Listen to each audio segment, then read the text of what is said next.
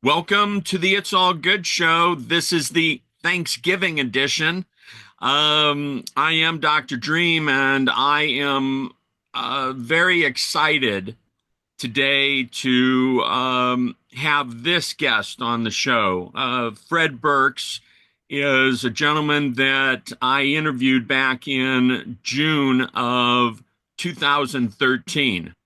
So I've been impressed with Fred for a good long while. And he, in recent, I'd say in the last few years, I was just telling him that he's one of the people that shows up on my feed quite a bit. And in the last few years, I've been really touched by his heart. And it has definitely brought me more into his heart space. And so I'm thrilled to have him on the show today for our Thanksgiving edition. Hi, Fred. How are you? Hey, Dr. Dream, it's great to be here and greetings to all of our listeners. Before we get started, I'd like to just give you the opportunity to kind of give us a rundown of who is Fred Burks and what got you to where you are today. Cool. Well, boy, where to start? I guess I was born with an inquisitive mind. My father was a minister, and I questioned, he actually encouraged us to question things, and I questioned everything, including him and religion. And I guess I got onto a solid spiritual path when I was 19, and I got really clear that I just want to live in service to all of us. And all of us includes me. I don't want to be sacrificing myself because by taking care of myself, I can better serve others. And I really have opened up to spiritual guidance my entire life, and it has led me in completely unexpected places. I never thought of living overseas. And then when I was in college, I ended up hearing about this program in a very magical way and ended up living in Indonesia for a year, a country that I didn't even know was a country. I thought it was some islands in the Pacific. And then I ended up going living in China for a couple of years, came back and became a language interpreter at the State Department. Um, and interesting thing is, I realized I was really good right away. I was really good at languages, and if I tried, I could work up, and get to a high level. Like, no, it's not worth it. I'd rather focus on my spiritual pursuits. But God or the divine or all that is had different plans, and without even trying, I got moved up and eventually became the top interpreter in the Indonesian language, and ended up interpreting for Bill Clinton, Al Gore, George Bush Jr., lots of people. So got to see some fascinating things, and I was a debunker of major conspiracy theories because my father was a conspiracy theorist, and I kind of rebelled against him. But then through Dr. Greer's video, many people know about it in 2001, the Disclosure Project, I got totally woken up to this, like, oh my God, there's all this stuff going on. And so, and that was actually after a prayer when I got to a place where I said, okay, show me whatever I'm not seeing. It was really a deep kind of heartfelt prayer that opened that space. And once I saw that, it's like I was just blown away because I'd never seen anything like that. And once I found out about Greer stuff, it's like, okay, what's really going on in the world if this is happening?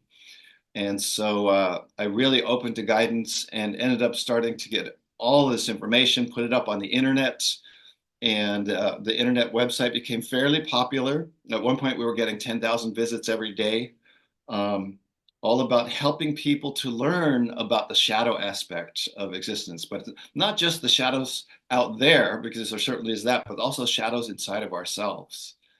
And sometimes I call myself a shadow dancer because I've learned that by dancing with my shadows, then everything becomes much more fascinating and interesting, and no longer placing myself as a victim, but as a powerful creator in the world. So basically, I've been open to spiritual guidance my whole life, and it has just created tremendous magic. Both ended up interpreting in the White House and doing this great work on the internet, creating these websites. So it's been a wonderful, fascinating journey. I love it. I really do love it. I've spent some time recently going through what you created, peerservice.org, and the different websites associated there. And you've touched a lot of people, and you did it with a conscious focus on balance, not wanting to be too unsettling, and giving people an opportunity to stay in their hearts, or find themselves in their hearts. And I really appreciate that about what you've done. Yeah, for me, it was absolutely key. I knew if I'm going to be putting out this dark shadow information, it has to be balanced out with the light side. In fact, right in the beginning, put a website out called the Web of Love, which opens people to the idea that we are all connected, everyone on this planet, through our hearts. And if you really just imagine that there's a beam of energy between my heart and your heart and the heart of every one of our listeners and the heart of everyone on the planet, there's this web of love around the planet. And also, I really focus a lot on near-death experiences where people, once they are declared clinically dead, they're able to see all sorts of things about their life, and you get this mega perspective of what's really happening in life. And everything looks different from that space. So then the shadows don't look so scary. And we can really learn to dance with them in a way that's really empowering, and we can have fun and enjoy helping this planet to transform with all the craziness going on here. All the craziness, that's for sure. So tell us a little bit about what you're focused on these days. Where is your attention being drawn? We just came out of an election or selection cycle, Yes. and here we are, and there's all sorts of things happening on all the different stages. What's Mhm. drawing your attention? Well, I have to give a little preface to that because I was very clear from the time I was young that I had a life mission, and when I actually found it through Greer's work that it was to put up these peers websites, and that really was my life's mission. And I feel I did a fabulous job. I mean, I hate to brag, but I know I've helped tens of thousands and maybe even more to really transform their lives through the internet work. But that mission is largely complete. I was really clear, like, wow, it's complete. And then we got this huge donation of almost $400,000 to our organization. So we hired this great woman named Amber Yang, who has taken over, and she mostly runs the Peers websites. And now I'm more focused. So that was global, and I'm coming more back to community and to individual connections for myself. So I'm involved in a couple different communities where it's all about how do we create more love and empowerment. And I also serve sacred medicines, which is a great way to help open your mind to looking at different things. And I do work on healing the sexual wound on the planet, which is, I feel, the deepest and most challenging wound. So I'm more focused on that these days than on the internet work. Excellent. Talk to us a little bit about the sacred medicines. Well, it's funny because when I was in the State Department, of course, I couldn't be doing any sacred medicines.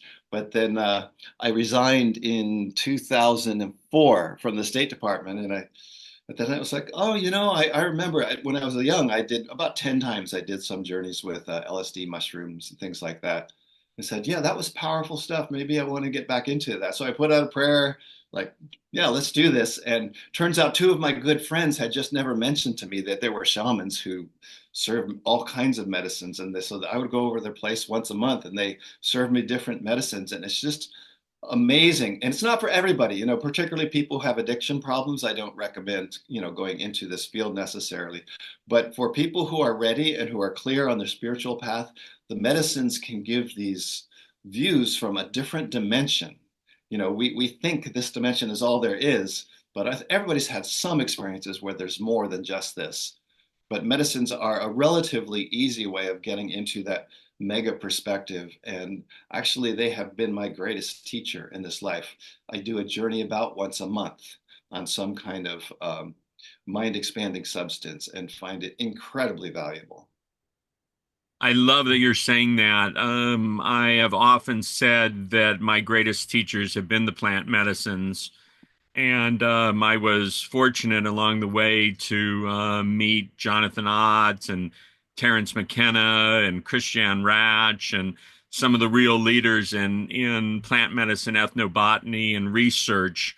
Hmm. I joke, it's a little longer story, but I'll just allude to it here, that Terrence McKenna thought I was a little bit out there Oh, really? and a little bit crazy, and I'll tell you that That's story great. another time.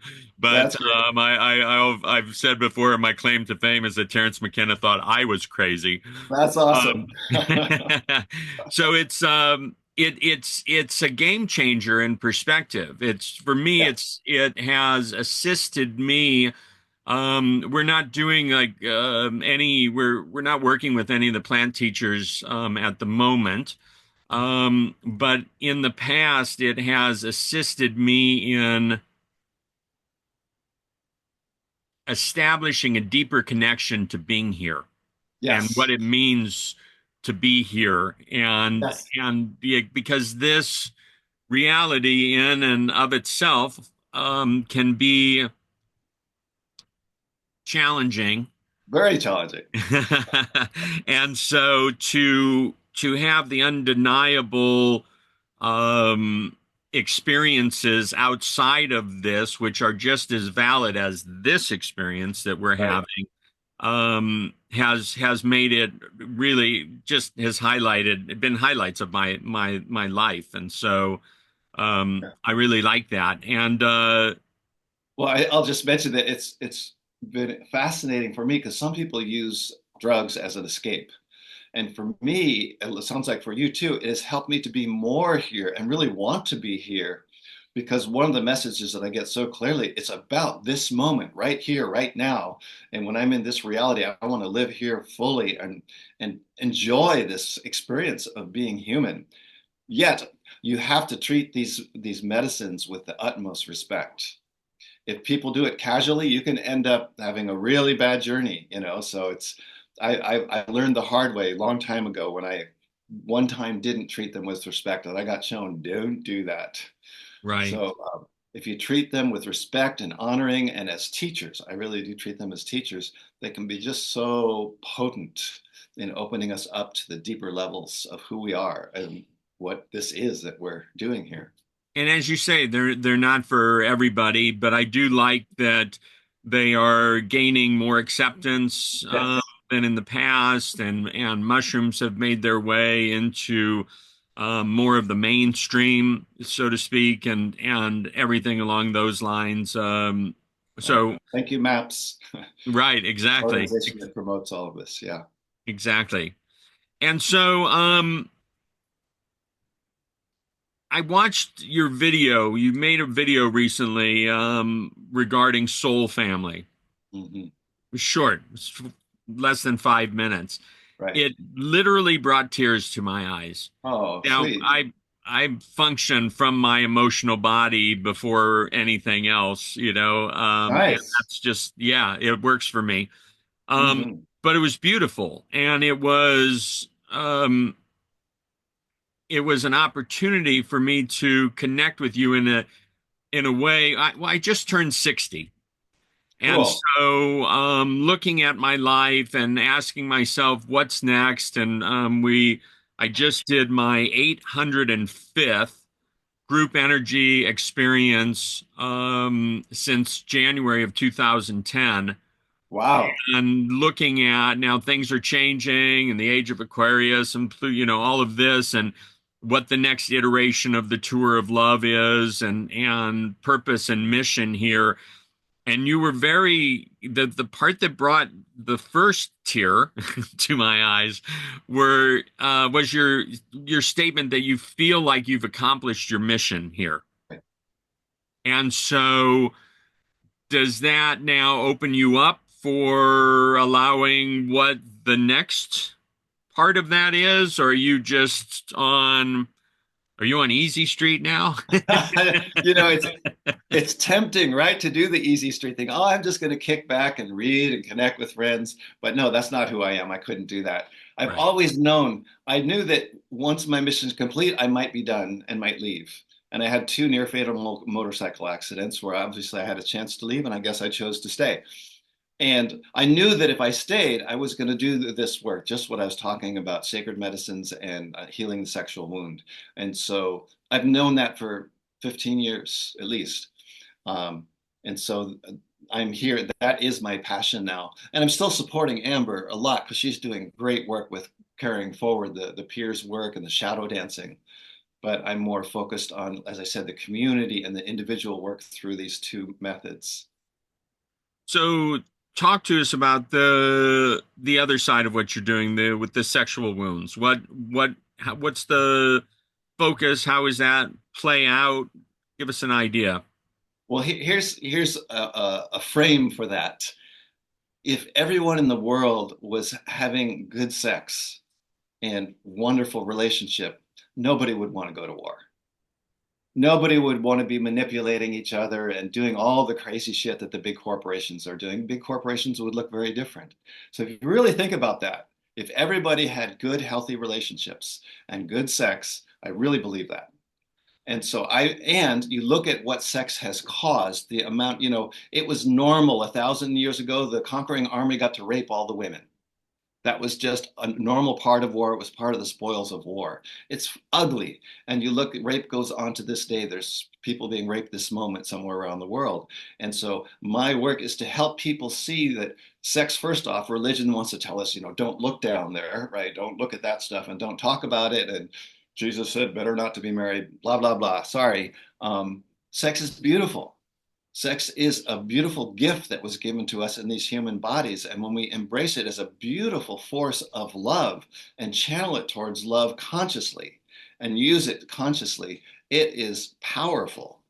And so I'm sure people have heard of Tantra, and Tantra has a bad rap, but pure Tantra is about bringing sexual energy up through the heart and creating this beautiful heart love connection that includes amazing pleasure and the gift that we were given in these bodies.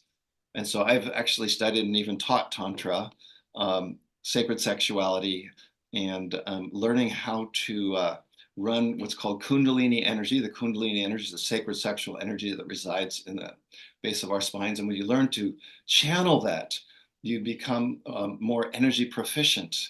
And again, everything looks different. You start seeing things in terms of energy, which changes your perspective on everything. You realize that it's just a play out there. All the politics, yes, it matters, but at the same time, we're all part of a grand cosmic play where the divine is exploring itself through us. And when you take that mega perspective, you don't let the politics of the world get you down. It's like, oh, okay, this is just here. We're riding these big waves. And if we learn to surf the waves, we can actually have fun with it. So how does society get past what media, including the movies, religion, what everything has projected and overlaid on sex? Mm-hmm. How do we get past It's that? not an easy thing, but the core, the best advice I can give everyone, I think, is to open up that you do have spiritual guidance. You've got an inner wisdom inside of yourself, and you've got higher guidance. You've got guides that I know are working with you, whether you believe it or not. And if you really invite those guides to work with you, say, hey, I want to get more comfortable with my sexuality. I want to learn how to be very conscious around that and ask for guidance. I can almost guarantee you it may not come right away, it may come in ways that you don't expect, but it will happen. That's how I've run my life since I was 19. I always go on spiritual guidance, and the more you do it, the easier it gets. So I invite everybody to really open up to guidance in conscious embracing of sexuality and using it for the greater good. Fabulous. And I like what you're saying about asking for guidance, the ask and you shall receive, and then just to pay attention. It's rarely handed to us on a silver platter. Yes. But we have to just be present and watch what's showing up, that the signs and messages will be there for us and will guide us. Now, so I was go just going to ahead. say, and there's a tendency, like I have a part of me that wants to be the savior, part of me with this life mission. Well, I'm here to save the planet, and I've really realized it's not about that. It's about each of us playing our part, and sometimes just by helping somebody cross the street, or even sometimes with the right person giving $1 to somebody who really needs it. or or paying it forward. Those are the little acts that make such a big difference. And when you hear people's near-death experience stories, they're often surprised that the thing that they did that made the most difference was just one little conversation with somebody that changed their lives and they didn't even realize it. So we can easily get caught up in the save the world complex, like I did, and it's not a bad thing, but I'm finding that every individual act we do every day and following our inner calling is what really brings the deepest satisfaction and helps us to align with that greater being that is exploring itself through us.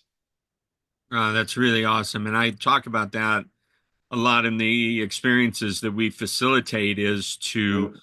to you can change someone's life sometimes just by being present for them and looking Yes, them in the eye, and yes, that's all it takes. It's like it doesn't mean a dollar or a 20 or a 50 certainly can help, no strings attached to right. the right people, but just being present with people can create a ripple effect that we have no idea about, and it just people try it and it's like, wow, it feels good. I had someone call me after one of my experiences that I facilitated, and he said, I went to the UPS store and I tried it after I returned that Amazon package.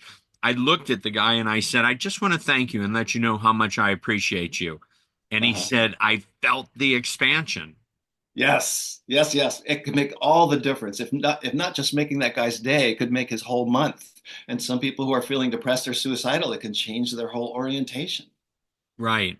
So thank you Now, for doing that, Dr. Dream. It's awesome. You're helping to create dreams for people. it's a beautiful thing, it really is, because people look at some of us that are have bigger outreaches, and maybe they're comparing themselves, and it's like, Hmm. no, we all have a role to play, and that role can be played in that interaction at the grocery store with the cashier. It's not Yes. about, oh, my podcast reaches this many, or I've done this, or I've done 800 events around the world.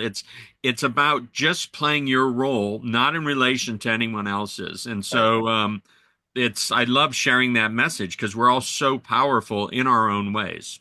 Yes, yes. And one of the biggest challenges I think is most people have challenges with loving themselves. Right. And when you can really get to a place, like we've all done stuff that we regret, if you can forgive yourself for everything that you've done that you feel bad about, and really go in and love those parts of yourself that are still wounded, that allows you to then, with your own love of yourself, be a radiator of love. And as Dr. Dream was saying there, then just by being in the room, or sitting with someone and even just looking them in the eyes, because you've got that self-love and you radiate it, that's when it really touches them. If you go feeling like, oh, I'm really bad and I'm trying to make up for the bad that I've done, it's a whole different energy. So really invite people to, how much can you really forgive yourself for everything you've done, honor yourself for all the great things you've done, and then become a beacon of light in this world. Let's just touch on that a little deeper for a moment, Fred. If someone comes to you and says, I know it's about unconditional love for self, but I'm really having a difficult time moving into it, and what practical advice would you give to that person? What would you say? Yeah, so I have that happen to me sometimes. Sometimes not directly in words, but I can tell somebody is sitting in front of me because they needed this. And if it's going to be like I have like 10 or 15 minutes with them, I'll say, "Hey, can you sit with me for a minute?" And just I make that eye contact. And sometimes they won't even hold it, but they can feel I'm right there. And then I'll say, "Hey, can we just let's call in some energies here to support us. Let's call in your guidance and my guidance. And let's really ask them to help us open right now to whatever you need in this moment." So that creates a field and also tends to create trust in the other person, because it's not like I'm going to heal you. It's like we're co-creating something here. And once I've set that field, sort of an energetic space that supports us in this process, then I ask them to really feel and look at me. And because I know I've reached this place where I really love myself and I love everybody. And it's just an amazing thing when you can get to that place. And so when I then connect with them, and it's not even about what I say, it doesn't have to be eye gazing because some people get uncomfortable with that, but I'll touch them in some way, hold hands or something like that, and just let them know I'm fucking right here and I just want to be with you. And if they feel that, because that's what they didn't get from their parents, usually, right? Very Right. few of us really got time from our parents where they would sit down with us and just let us know how much they loved us.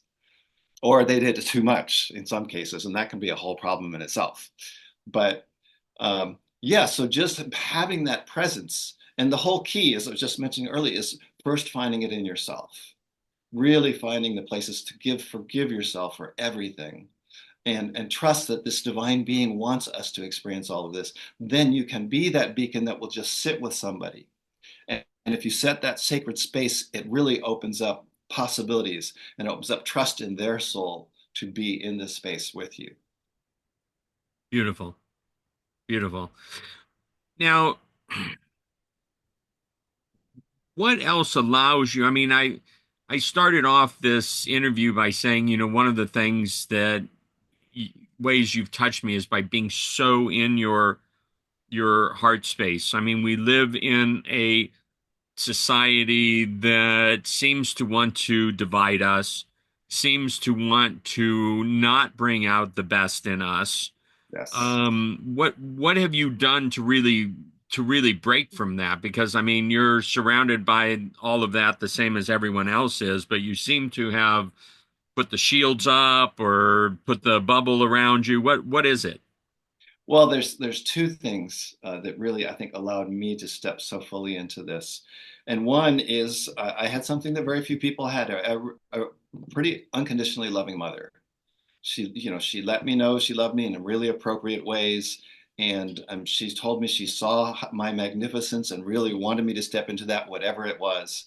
And so having that, which most people don't have, and that makes it much harder, then I was able to do the shadow work much more deeply. Most people don't want to look into the deepest shadows, their own or out in the world. But also another kind of crazy piece is that in my late 30s, I trained to be a hypnotherapist. And through that whole process, I had a visceral memory of a past life back in the Inquisition, where quite literally I was the chief of a torture chamber. And it shook me to the core. I'm like, holy shit. Like, holy, oh my God, I can't believe. And it resonated and it rang true. And I know I've had a number of lifetimes where I'm paying back the balancing my karma, quite honestly. And I know part of the reason I have this mission and have helped so many people is because I harmed so many people in that past lifetime. But having that also gave me the ability to look into some of the deepest, darkest places and not be so disturbed, so that I can read about some of the horrific things that are going on to this day on our planet, and it doesn't throw me off or upset me like it would for most people. So I have a lot going for me personally, which is why I was got to play, you might say, a bigger role on this planet. Um, Not better than everybody else. It's like, so, but that's what I came into this lifetime knowing that I had big work to do, because I'm still balancing that karma. And I have the supportive mother who really gave me the solid foundation I needed to do this really dark work. So I know stuff that if I told you about it would just turn your stomach. But I know that I've also touched hundreds of people who are doing their best to turn it all around. And it's not my job to personally turn around, but through my work, particularly in mind control and how that's used in deep, very hidden places, and how that ties into some really dark groups. There are satanic groups on this planet, and shining light into those shadows is what's making a difference. So I know I'm talking about stuff that's a little bit disturbing here, but it's quite honestly, that was my life mission, was to help turn that whole thing around. And I'm one of many people who've been committed to this, and including you, Dr. Dream. And I know you're aware of a lot of this stuff, and that it's not for everybody to do that work, but I was called to do it, and you are. And there's a wonderful network of people on this planet that have created a whole new shift in the energy on this planet. And it's exciting. It's quite exciting to know that this net is growing, this web of love. So someone listening right now who's just like maybe saying to themselves, maybe I've got some more shadow work, or maybe it's something I should look into more directly. How would you guide them without being right there with them or whatever? What initial first practical steps would you give to someone who says, I want to be able to do Right. that because I know the next expansion is waiting for me? Right. Well, the biggest thing I mentioned earlier is first just opening up and asking for help with this. Right. Really say, and realizing it's bigger than I can handle personally. Give me the support that I need to start looking at the shadows, both internal and external. As far as practical things, my life mission, the culmination of my life mission was to create a free online course called the Transformation Course. And so if you go to the website transformationteam.net, it's a free online course. The whole course actually, it's 21 lessons and it takes about 2 hours a lesson. So it takes time, but it's free. And there's some support there too. There's a support portal that you can go to when you're going through it. And I call it a dance of shadow and light because every other lesson is filled with amazing, inspiring things happening on this planet. You learn about movements you learn about near death experiences and all sorts of great stuff. But the in between lessons then go into the shadow, both the personal and the collective shadow. You learn to identify your own core issues. What's the core challenge in your life? And then how do you transform that? And then you learn about some of the crazy stuff going out in the world and what we can do about that. So this transformation course can be a wonderful tool. I can tell you people who've gone through it have, there's a page that you can read the appreciations. People tell how it's completely changed their lives going through this course. So that's one resource. And open up to guidance. And there's other things too out there. And you will find them if you really sincerely want this and ask for guidance. I have no doubt you will find it. I think it's excellent that you give that away for free. I give a lot away, and I still have people saying, well, if you're not having people pay for it, they're not vested in it. And I It's just think true. There's truth to that. I think there's a And little my bit of thing is, truth, but I think it's also an old story. yes, yeah, And I'm not sure. I think if everyone just gave what they had to give without asking for something in return, right. the world would be a great place. It seems like everyone's got their hand out for Yes. whatever they can ask for whatever they're giving. And so Mhm. I'm inspired that your course is not based on that. Yeah, and I know that it probably would have gotten a wider reach if we did the whole marketing thing that you're supposed to do, this whole marketing thing out there. But I just decided, no, I want to totally live the new paradigm. And the new paradigm, everybody gives freely of their heart. And so even though, we've had a couple thousand people that have completed the course, it could be a lot more, but even those people that have been transformed, and quite honestly, I'll bet those are some of the people that I tortured in that past lifetime, that this is how it There you works. go. Wow. The right people came through and I was, without even having to talk to them, I'm not involved with that course. Though I was I was the main creator of it. So yeah, there's a whole bigger game here going on than most of us will ever know. And it's one of those things, if you read the near death material, you see like, oh my God, it's so much bigger than any of us can imagine. Now, it just brings up something. One of the things for me, in my experience is I have lots of information. I've read a lot about near-death experience. The psychedelic experiences have given me great insight, but I don't feel that I integrate death very well Mm. when it's close to me. Yeah, sure. Parents, I had a brother pass away at 39 Mhm. years old in the last few years. Um, Take us into that a little bit. I know your parents passed around the same time and that it was a challenging time, but how was it for you and how do you integrate death? I mean, one last piece of this is when I watched your Soul Family video and you talked about how you thought maybe you would have died by now, having achieved, what you came here to achieve, your mission and everything. You seem very balanced with death in general. Right. Well, part of it is I've been fascinated with near-death experiences. That's what opened me up when I was 19.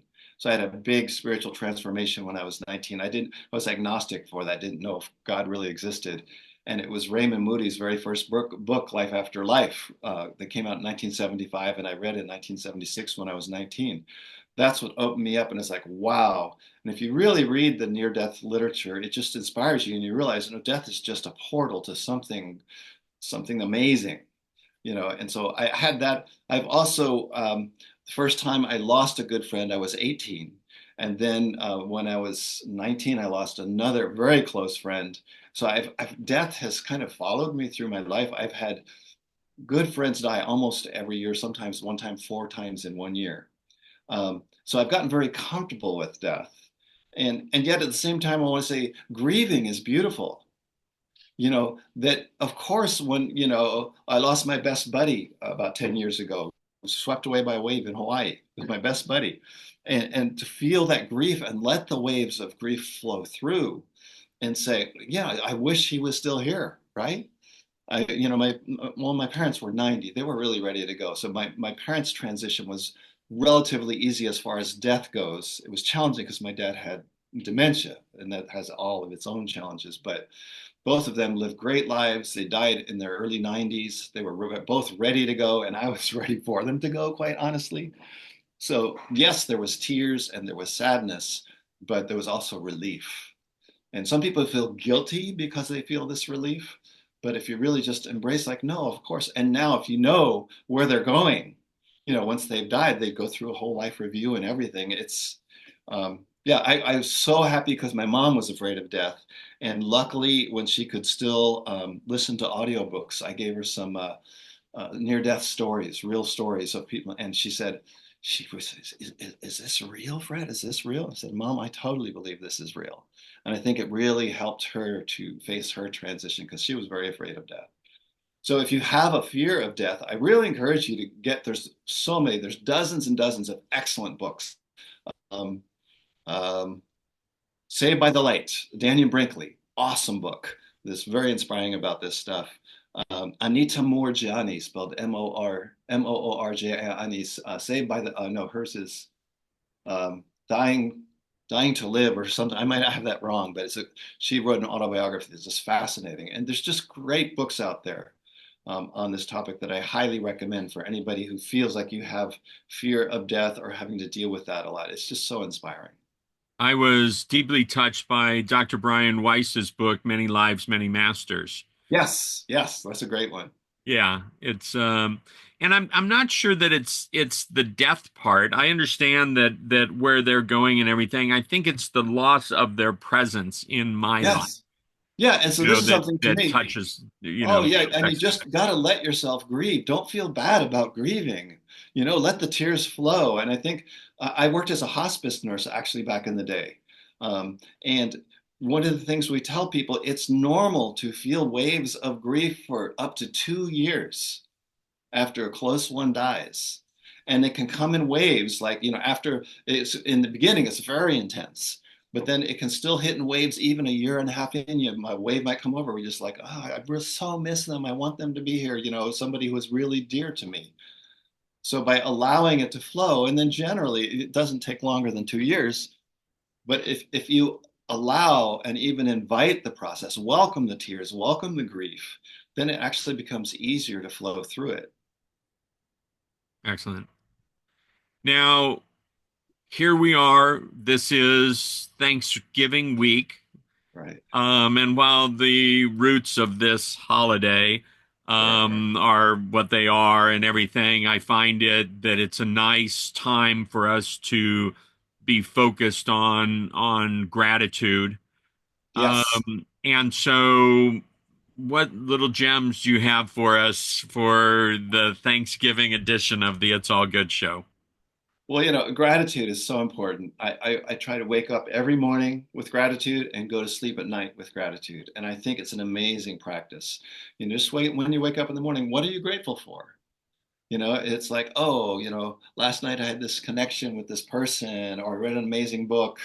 I had a great night's sleep, grateful for that.